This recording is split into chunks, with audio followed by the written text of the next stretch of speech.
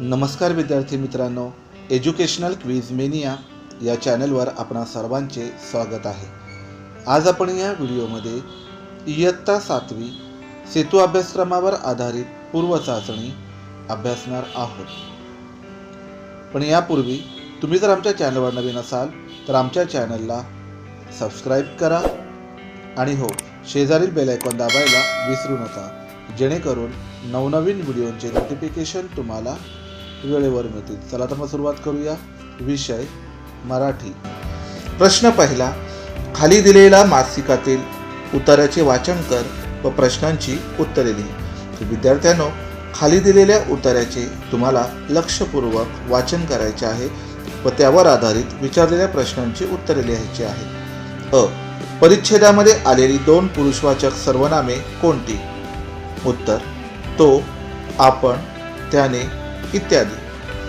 आ, हाबेलची चूक लक्षात आणून देणारे इवानचे कोणते उद्गार परिच्छेदात आले आहे? हाबेलची चूक लक्षात आणून देणारे इवानचे, अजून तुझी शर्यत पूर्ण झाली नाही, अंतिम रेषा पार कर, हे उद्गार परिच्छेदात आले आहे। ई, वरील प्रसंगातून इवानचा कोणता गुण तुला दिसून येतो?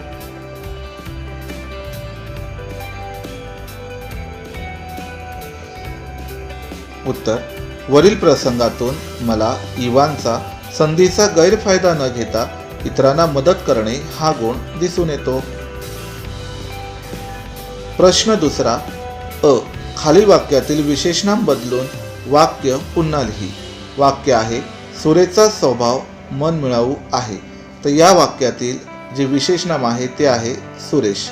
आता सुरेश या विशेषणामाऐवजी आपल्याला दुसरा विशेषनाम वापरायचा आहे। तर आपण सुरेश ऐवजी अक्षय हे विशेषनाम वापरणार आहोत। उत्तर, अक्षयचा स्वभाव मनमिळावू आहे। आ, धडा शिकणे वाक्प्रचाराचा वाक्यात उपयोग करून लिही।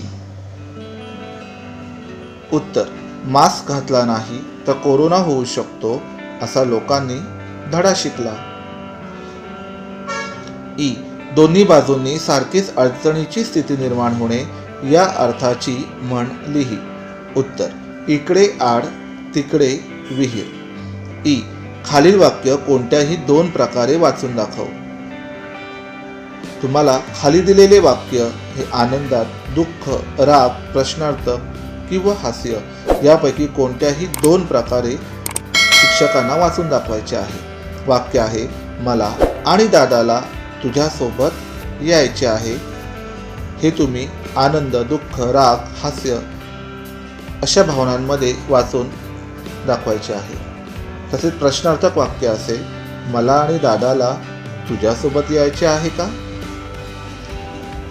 तर तुम्हीही वेगवेगळ्या प्रकारे वाक्य तयार करून त्या भावनेत शिक्षकांना दाखवू शकता। उ, खालील विशेषण व त्या विशेषणाचा उपप्रकार लिही।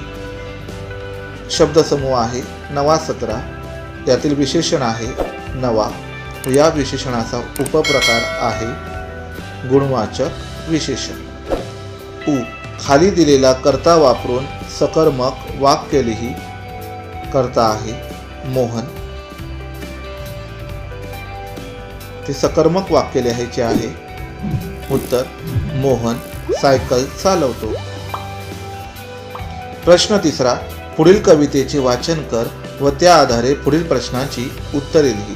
तर विद्यार्थ्यांनो, खाली दिलेली कविता तुम्हाला लक्षपूर्वक वाचायची आहे व त्यावर आधारित विचारलेल्या प्रश्नांची उत्तरे लिहायची आहे। अ, कवितेचा विषय सांग लिही।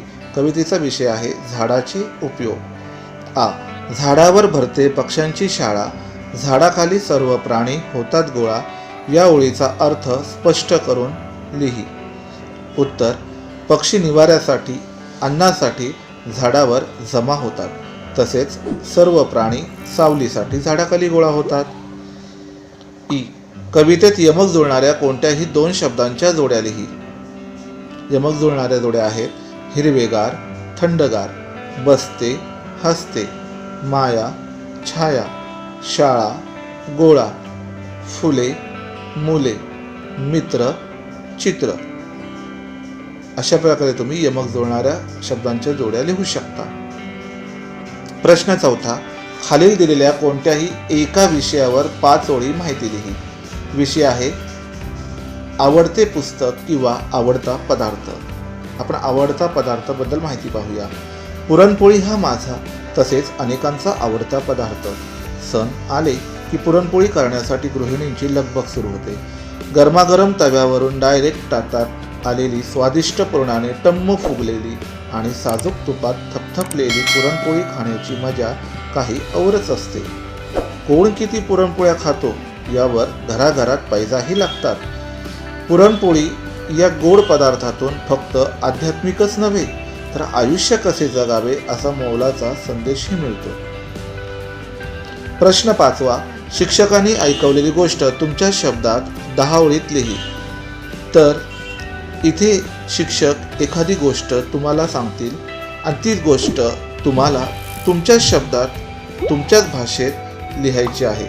तर आपण उदाहरणादेखील इथे एक गोष्ट पाहूया. गोष्टीचं नाव आहे मेणबत्तीचा गर्व. तुम्ही खाली पाहू शकता की मेणबत्तीचा गर्व ही सुंदर अशी गोष्ट दिलेली आहे तुमच्या माहितीसाठी. प्रश्न 6वा, सोबत दिलेल्या चित्राविषयी तुला कोणती माहिती आहे ते 2 ओळीत लिही. तर खाली दिलेल्या चित्राचे तुम्हाला निरीक्षण करायचे आहे व त्याची माहिती लिहायची आहे. तर सोबत दिलेले चित्र हे परमवीर चक्र या पदकाचे आहे. परमवीर चक्र हा भारताचा सर्वोच्च सैन्य पुरस्कार असून युद्धकाळात गाजवलेल्या अतुलनीय कामगिरीबाबत हा पुरस्कार देण्यात येतो. परमवीर चक्र कास्य धातूपासून बनवलेले छोट्या आडव्या दांडीवर सहज फिरेल असे असते. गडद जांभळी कापडी पट्टी हे त्याचे वैशिष्ट्य आहे. या पदकाचे डिझाईन सावित्रीबाई खानोलकर यांनी केले आहे. सावित्रीबाई यांनी हिंदू पुराणातील ऋषी दधीची यांच्या कथेपासून प्रेरणा घेऊन मेडलचे डिझाईन तयार केले. ऋषी दधीची यांनी इंद्रवज्र निर्माण करण्यासाठी आपल्या अस्थिंचे दान केले होते. सावित्रीबाई यांनी बनविलेल्या डिझाईनमध्ये पदकाला जोडण्यासाठी एक जांभळी रिबीन आहे आणि पदकावर इंद्रवज्राच्या 4 प्रतिकृती आहेत, ज्या ऋषी दधीची यांनी केलेल्या समर्पणाचे प्रतीक आहेत आणि मध्यभागी अशोक स्तंभ आहे.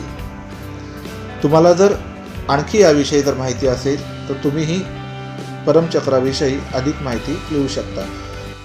विषय इंग्रजी. Question number 1, speak 4 to 5 sentences about any one of the following topics. 1. myself or things I can do.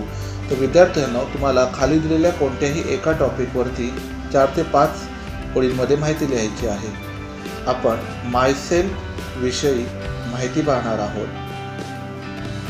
या ठिकाणी दिल्याप्रमाणे तुम्हाला फिल इन द ब्लँक्समध्ये स्वतःची माहिती भरायची आहे व तुम्हाला मायसेल्फ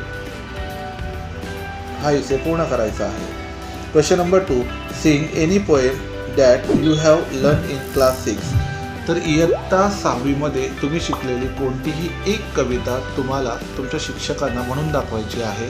तर उदाहरणासाठी आपण इथे एक पोएम पाहूया, टाईम. तुम्ही कोणतीही पोएम इथे लिहू शकता. Question number 3, translate in your mother tongue. खाली दिलेले वाक्य तुम्हाला तुमच्या मातृभाषेत लिहायचे आहे. 1. I can swim in a well. मला विहिरीत पोहता येते. 2. I love to help in the kitchen. मला स्वयंपाकघरात मदत करायला आवडते. 3. Come here. इकडे ये. Question number 4, read the table carefully and answer the following questions. 1. A word having ing in it. Answer chopping, swimming. 2. A word that means frightened. Answer is scared. 3. The opposite of sadly. The answer is happily. 4. A word that means cutting. The answer is chopping. Question number 5. Read the following passage carefully and says whether the following statement are true or false. तर विद्यार्थ्यांनो, खाली दिलेला passage तुम्हाला लक्षपूर्वक read करायचा आहे व त्यावर आधारित विचारलेल्या प्रश्नांची उत्तरे लिहायची आहेत. Write whether the following sentences are true or false. 1. No bird likes to be shut in a cage. This sentence is true. 2. The nobleman was rich and happy. This sentence is false. 3.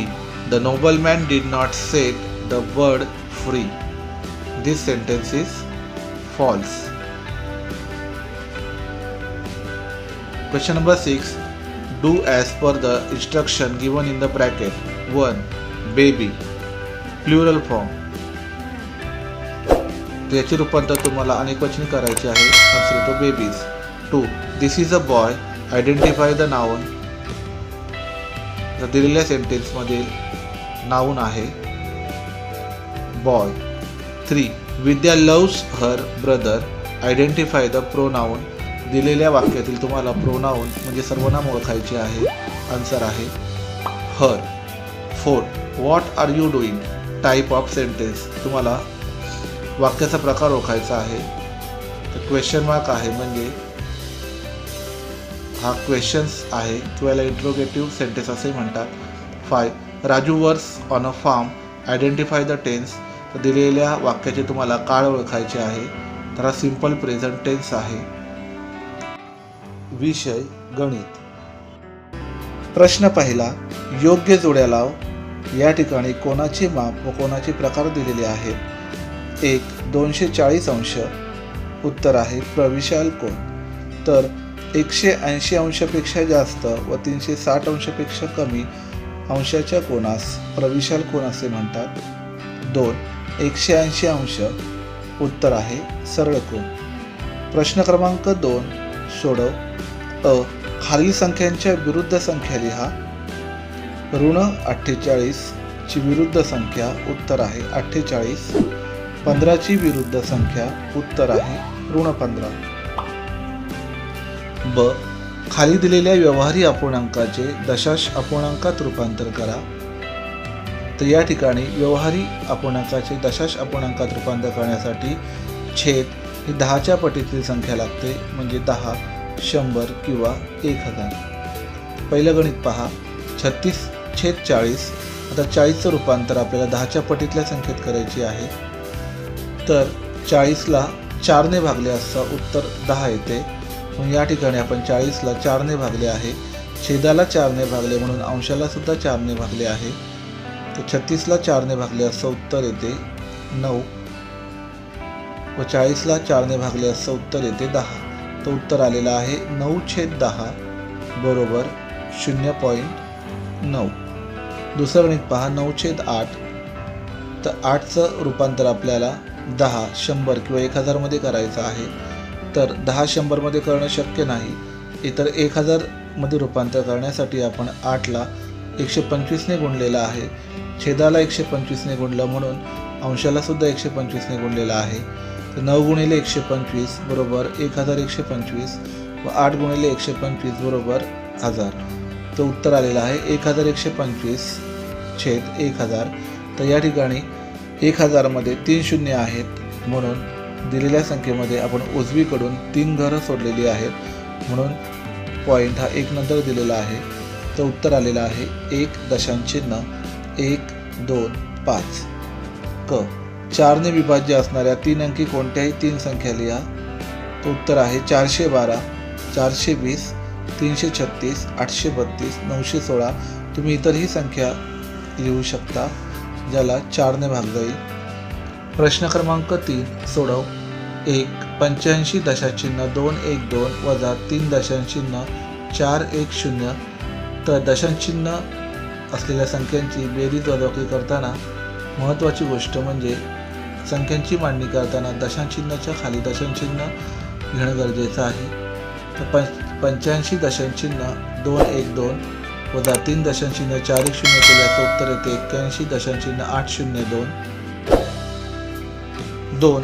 17.5 भागिले 5 17.5ला 5ने भागले असता उत्तर येते 3.5. प्रश्न क्रमांक 4 खालील उपप्रश्न सोडव. 1. 7 centimetre लांबीचा रेघ PQ काढून कंपास आणि पट्टीच्या सहाय्याने दुभाग. तर या ठिकाणी प्रथम तुम्हाला 7 सेंटीमीटर लांबीचा रेघ PQ काढायचा आहे व कंपासच्या सहाय्याने वरती व खाली समान मापाचे कंस करून तुम्हाला पट्टीच्या सहाय्याने हा रेघ दुभागायचा आहे. तर आकृतीत दाखवल्याप्रमाणे तुम्ही 7 सेंटीमीटर लांबीचा रेघ PQ काढून कंपास व पट्टीच्या सहाय्याने दुभागू शकता. 2. कंपास पेटीतील योग्य साहित्य वापरून 60 अंश मापाचा कोन काढ व दुभाग. तर प्रथम तुम्हाला 60 अंश मापाचा कोन काढायचा आहे व कोनमापकाच्या सहाय्याने तुम्हाला प्रथम 60 अंश मापाचा कोन काढून घ्यायचा आहे. त्यानंतर कंपासच्या सहाय्याने तुम्हाला कोन दुभागायचा आहे. तर दाखवलेल्या आकृतीप्रमाणे तुम्हाला आकृती काढायची आहे. प्रश्न क्रमांक 5 खालील शाब्दिक उदाहरणे सोडव. 1. विश्वरथकडे 20 किलोग्रॅम ज्वारी व 30 किलोग्रॅम गहू आहेत. सर्व धान्य पिशव्यांमध्ये भरावायचे आहे. प्रत्येक पिशवीत समान वजनाचे धान्य भरायचे आहे. तर जास्तीत जास्त किती वजनाचे धान्य प्रत्येक पिशवीत भरता येईल. तर या ठिकाणी सर्व धान्य पिशव्यांमध्ये भरावायचे आहे व प्रत्येक पिशवीत समान वजनाचे धान्य भरायचे आहे.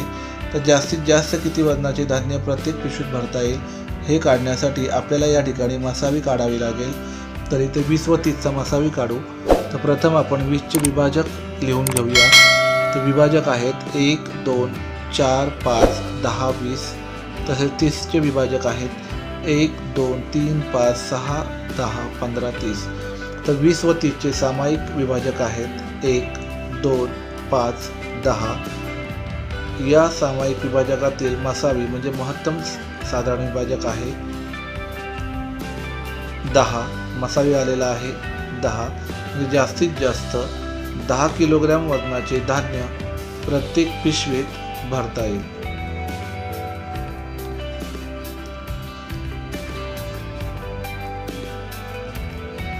2. राजारामकडे काही मेंढ्या होत्या. बाजारात त्यातील 34 मेंढ्या विकल्यावर 176 मेंढ्या शिल्लक राहिल्या. तर राजारामकडे एकूण किती मेंढ्या होत्या. तर राजारामकडे X मेंढ्या होत्या असे मानू व दिलेल्या पहिल्या अटीनुसार अट अशी आहे की त्यातील 34 मेंढ्या विकल्यावर 176 मेंढ्या शिल्लक राहिल्या. आता 34 मेंढ्या विकल्या म्हणजे X मधून 34 वजा केले तर शिल्लक राहिल्या 176. ते आपण समीकरणामध्ये मांडणी केलेली आहे. X वजा 34 बरोबर 176. तर Xची किंमत काढायची आहे. ते Xच्या शेजारील जी संख्या आहे ती ऋण 34 आहे. तर ऋण 34ची जी विरुद्ध संख्या आहे ती अधिक 34. तर ती समीकरणाच्या दोन्ही बाजूला आपण अधिक 34 मिळवलेले आहेत. तर वजा 34 अधिक 34 आपण घालवलेले आहेत. तर X बरोबर 176 अधिक 34 उत्तर येते 210. तर X बरोबर 210 म्हणजेच राजारामकडे एकूण 210 मेंढ्या होत्या. 3. रवीनाजवळ 32 वह्या व 20 पुस्तके आहेत. तर वह्यांचे पुस्तकांशी असलेले गुणोत्तर काढा. तर वह्यांचे पुस्तकांशी असलेले गुणोत्तर बरोबर 32/20 बरोबर 32/20. आता 32 व 20ला दोघांनाही भाग जाईल अशा संख्येने आपल्याला भागायचं आहे. तर 4 ही अशी संख्या आहे की जिने 32 आणि 20 या दोघांनाही भाग जातो. म्हणून अंश व छेदाला आपण 4ने भागलेला आहे. तर 32/4 उत्तर येते 8 व 20/4 उत्तर येते 5. तर उत्तर आलेलं आहे 8/5. म्हणजेच वह्यांचे पुस्तकांशी असलेले गुणोत्तर आहे 8/5.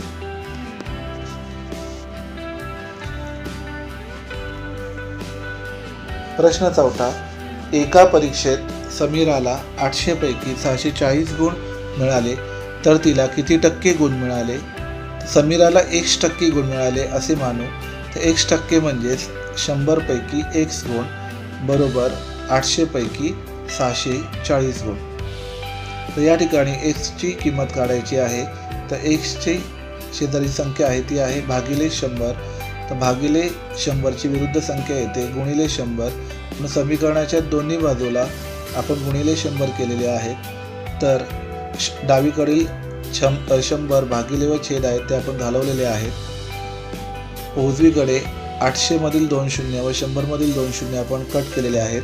तर खाली 8 शिल्लक राहिलेले आहेत. तर 8ने 640ला भाग लावले असता उत्तर आलेलं आहे 80. म्हणजेच उत्तर आलेलं आहे x बरोबर 80%. म्हणजेच समीराला 80% गुण मिळाले. तर याप्रमाणे तुम्ही किती टक्के गुण मिळाले हे काढू शकता. विषय इतिहास. प्रश्न पहिला, योग्य जोड्या लावा. 1 ग्रामसेवक. उत्तर आहे ग्रामपंचायत. 2 गटविकास अधिकारी. उत्तर आहे पंचायत समिती. 3 मुख्याधिकारी. उत्तर आहे नगर परिषद. 4 मुख्य कार्यकारी अधिकारी. उत्तर आहे जिल्हा परिषद. प्रश्न दुसरा, खालील प्रश्नांची थोडक्यात उत्तरे लिही. 1 तुम्ही जिल्हा परिषदेचे मुख्य कार्यकारी अधिकारी आहेत असे समजून सध्या परिस्थिती पाहता कोरोना परिस्थिती कोणत्या कामाला प्राधान्य दिले असते याचे थोडक्यात वर्णन करा. उत्तर मुख्य कार्यकारी अधिकारी या नात्याने कोरोना परिस्थितीत ग्रामीण भागात तसेच शहरी भागात आरोग्य यंत्रणा मजबूत करण्यासाठी मी विशेष प्रयत्न केले असते. सॅनिटायझर, मास्क, साबण यांसारख्या जास्तीत जास्त वस्तूंचा पुरवठा केला असता. त्याचप्रमाणे गावोगावी प्रतिबंधात्मक उपायांवर भर दिला असता. जनजागृती करण्यासाठी विविध माध्यमांचा वापर केला असता. 2 कचरा वेचकांना तुमच्या घरातील कचरा देताना कोणती काळजी घ्याल. उत्तर कचरा वेचकांना घरातील कचरा देताना ओला कचरा व सुका कचरा वेगवेगळा करून देऊ. कचऱ्यामध्ये काचेच्या वस्तू, इलेक्ट्रिक अथवा इलेक्ट्रॉनिक टाकाऊ वस्तू देणार नाही. 3 करोना आपत्कालीन परिस्थितीत लॉकडाऊन अंमलबजावणीसाठी कोणते अधिकारी व कर्मचारी कार्य करताना दिसून आले. उत्तर करोना आपत्कालीन परिस्थितीत लॉकडाऊन अंमलबजावणीसाठी खालील अधिकारी व कर्मचारी कार्य करताना दिसून आले. डॉक्टर, आरोग्य कर्मचारी, पोलीस अधिकारी, स्वच्छता कर्मचारी, जिल्हाधिकारी, तहसीलदार, ग्रामसेवक, शिक्षक इत्यादी. प्रश्न दुसरा, खालील प्रश्नांची थोडक्यात उत्तरे लिहा.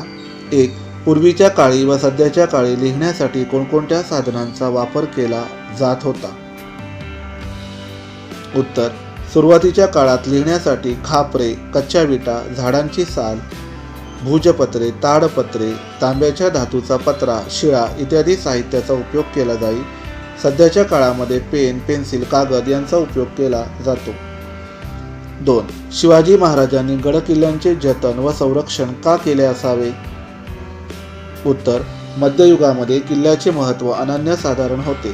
किल्ला ताब्यात असला की आजूबाजूच्या प्रदेशावर लक्ष व नियंत्रण ठेवता येते. परकीय आक्रमण झाल्यास किल्ल्याच्या आश्रयाने प्रजेचे व रक्षण करता येते. किल्ल्यावर अन्नधान्य, युद्धोपयोगी साहित्य, दारुगोळा यांचा साठा करता येतो. म्हणून शिवाजी महाराजांनी गडकिल्ल्यांचे जतन व संरक्षण केले असावे. 3 मौर्यकालीन व सध्याच्या काळातील मनोरंजन व खेळाच्या साधनांची नावे लिहा. उत्तर मौर्य काळात नगरात आणि खेड्यांमध्ये अनेक उत्सव आणि समारंभ साजरे केले जात असत. या प्रसंगी लोकांच्या मनोरंजनासाठी नृत्य, गायनाचे कार्यक्रम होत असत. कुस्तीचे खेळ, रथांच्या शर्यती, सोंगट्यांचा खेळ तसेच अष्टपद म्हणजेच बुद्धिबळाचा खेळ हे खेळ खेळले जात असत. सध्याच्या काळात बुद्धिबळ, भोवरा, क्रिकेट, हॉकी, पत्ते, carrom, badminton, football, kho kho, volleyball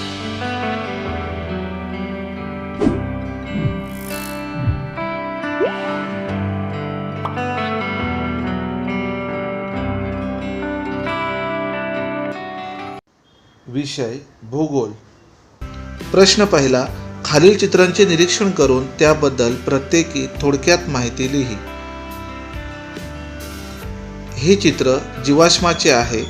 गाडल्या गेलेल्या मृत प्राणी व वनस्पती यांच्या अवशेषांवर प्रचंड दाब पडल्यामुळे त्यांचे ठसे गाळात उमटतात व ते कालांतराने घट्ट होतात. यांना जीवाश्म म्हणतात. जीवाश्मांच्या अभ्यासाने पृथ्वीवरील त्या काळातील सजीव सृष्टीबाबतची माहिती मिळते. हे चित्र सौर विद्युत प्रकल्पाचे आहे. या प्रकल्पात सौर ऊर्जेपासून विद्युत निर्मिती केली जाते. सौर ऊर्जेद्वारा कुकर, दिवे, हीटर, वाहने इत्यादी उपकरणे चालवता येतात.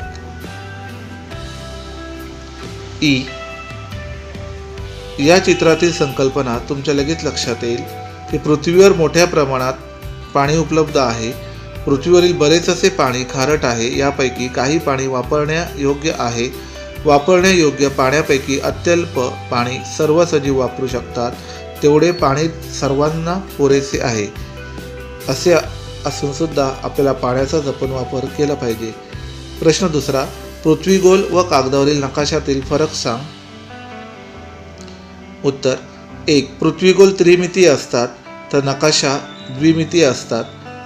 2. त्रिमितीय वस्तूला लांबी, रुंदी आणि उंची असते. तीनही गोष्टी मिळून घनफळ तयार होते. तर द्विमितीय घटकाला लांबी आणि रुंदी असते. लांबी आणि रुंदी मिळून त्याचे क्षेत्रफळ तयार होते. 3. पृथ्वीगोलाच्या सहाय्याने संपूर्ण जगाचा अभ्यास करता येतो. तर नकाशाच्या सहाय्याने जगाचा तसेच मर्यादित प्रदेशाचाही अभ्यास करता येतो.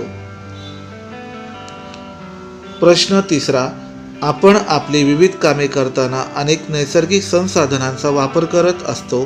नैसर्गिक संसाधनांचा अधिकाधिक जपून वापर करण्यासाठी तू स्वतःच्या सवयी म्हणजेच कार्यपद्धतीमध्ये कोणकोणते बदल करणार. उत्तर, नैसर्गिक संसाधनांमध्ये जमीन, पाणी, हवा, सूर्यप्रकाश, खनिजे, खनिज तेल, वनस्पती यांचा समावेश होतो. बहुतांशी नैसर्गिक संसाधने ही मर्यादित स्वरूपात असल्याने त्यांचा जपून वापर करू. पाण्याचा काटकसरीने वापर करू. मोठ्या प्रमाणात झाडे लावू. पाणी अडवू, पाणी जिरवू. प्रश्न 7वा, खरं चौथा प्रश्न आहे. जोड्या लावा. तर खाली काही चित्र दिलेले आहेत, त्याचे तुम्हाला बाजूला घटना दिलेल्या आहेत. योग्य जोड्या लावायच्या आहेत. हवामानाशी संबंधित बातमी आहे. दुसरे चित्र हे हवेशी संबंधित बातमी आहे. प्रश्न 5वा, खालील उतारा वाचून प्रश्नांची उत्तरे लिही. तुम्हाला खाली दिलेला उतारा काळजीपूर्वक वाचायचा आहे व त्यावर आधारित प्रश्नांची उत्तरे लिहायची आहेत. वरील उतारा कोणत्या नैसर्गिक संसाधनांशी संबंधित आहे. उत्तर, वरील उतारा पाणी या नैसर्गिक संसाधनाशी संबंधित आहे. नदीच्या वागण्यामध्ये काय बदल झाला असे लेखकाला वाटते. उत्तर, आधी वर्षभर वाहणारी पूर्णा नदी आता केवळ पावसाळ्यातच अनियंत्रित वाहते, नाहीतर तिचे पात्र नेहमी कोरडे असते. उतार्याच्या शेवटी लेखक म्हणतो की नदीने तिचे वागणे बदलविले पाहिजे. लेखकाच्या या मताशी तू सहमत आहे का. तुझ्या मते कोणी वागणे बदलविणे आवश्यक आहे आणि काय बदल केला जावा.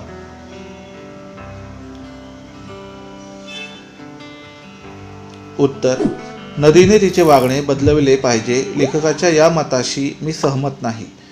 माझ्या मते माणसाने त्याचे वागणे बदलविणे आवश्यक आहे. माणसांनी प्रथम नदीकिनारी भागात अतिक्रमण थांबवणे गरजेचे आहे. तसेच नदीला वर्षभर पाणी राहण्यासाठी पाऊस पडणे आवश्यक आहे. त्यासाठी माणसांनी झाडे मोठ्या प्रमाणात लावणे गरजेचे आहे. विषय विज्ञान. प्रश्न पहिला, नावे लिहा. 1. घड्याळातील काट्याची गती. उत्तर आहे नियतकालिक गती. 2. त्वचेच्या थरातील पेशीतील रंगद्रव्य. उत्तर आहे मेलॅनिन. 3. यंत्राद्वारा लावलेले बल्ब. उत्तर आहे यांत्रिक बल्ब. 4. पोषक तत्वे. उत्तर आहे कर्बोदके, स्निग्ध पदार्थ, प्रथिने, जीवनसत्वे, खनिजे आणि तंतुमय पदार्थ. प्रश्न दुसरा, रिकाम्या जागी योग्य पर्याय निवडून लिहा. 1. चुंबकाच्या टिंबटिंब ध्रुवांमध्ये आकर्षण असते. पर्याय आहेत सजातीय, विजातीय. उत्तर आहे विजातीय. 2. निकेल हा धातू टिंबटिंब आहे. पर्याय आहेत चुंबकीय व अचुंबकीय. उत्तर आहे चुंबकीय. 3. सोने चांदी या धातूंच्या तारा काढल्या जातात. धातूंच्या या गुणधर्माला टिंबटिंब म्हणतात. पर्याय आहेत वर्धनीयता, तन्यता. उत्तर आहे तन्यता. 4. जे पदार्थ प्राण्यांपासून मिळतात त्या पदार्थांना टिंबटिंब पदार्थ म्हणतात.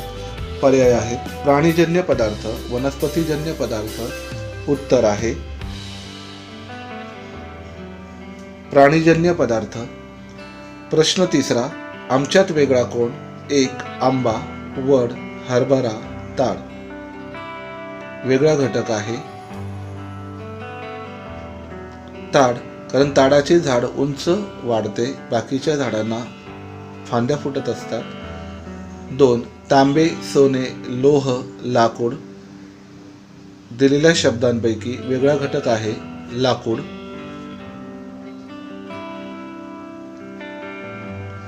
प्रश्न 4. खालील उदाहरणांमध्ये ऊर्जेचे कोणते रूप आहे ते खाली दिलेल्या पर्यायातून ओळखून लिहा. पर्याय आहेत प्रकाश ऊर्जा, उष्णता ऊर्जा, ध्वनी ऊर्जा, स्थितीज ऊर्जा. ए. मोठ्या आवाजामुळे खिडक्यांच्या काचांना तडा गेला. या उदाहरणामध्ये ऊर्जेचे ध्वनी ऊर्जा हे रूप आहे. बी. सूर्यप्रकाशाच्या सहाय्याने वनस्पती अन्न तयार करतात. या उदाहरणामध्ये ऊर्जेचे प्रकाश ऊर्जा हे रूप आहे. सी. खेळण्याला चावी देऊन सोडले असता खेळणे चालायला लागले. या उदाहरणामध्ये ऊर्जेचे स्थितीज ऊर्जा हे रूप आहे. प्रश्न 5. पाण्याची बचत होण्यासाठी तू कोणते उपाय करशील? उत्तर. पाण्याची बचत होण्यासाठी मी खालील उपाय करेन. 1. पाण्याचा वापर योग्य रीतीने व काटकसरीने करू. 2. पाणी अडवा, पाणी जिरवा अशा योजनांची आखणी करू. 3. जिथे शक्य आहे तिथे पाणी साठवू. 4. पाण्याचा शक्य तेथे पुनर्वापर करू, कारण साठवलेले पाणी लगेच शिळे होत नाही. प्रश्न 6. खालील पदार्थातून कोणते जीवनसत्व मिळते? त्या जीवनसत्वाअभावी कोणता विकार होतो? तर खाली दिलेले पदार्थ पहा. आवळा व लिंबू हे आहेत. तर खालील पदार्थातून सी जीवनसत्व मिळते. या जीवनसत्वाअभावी स्कर्वी, गलग्रंथींना सूज येणे, जखमा भरून न येणे इत्यादी विकार होतात. प्रश्न 7. रेषीय एकसमान गती व रेषीय असमान गती यामधील उदाहरणासह फरक स्पष्ट करा. 1. एकक कालावधीत एका सरळ रेषेत जाणाऱ्या वस्तूने पार केलेले अंतर जेव्हा सतत सारखेच असते तेव्हा त्या गतीला रेषीय एकसमान गती असे म्हणतात.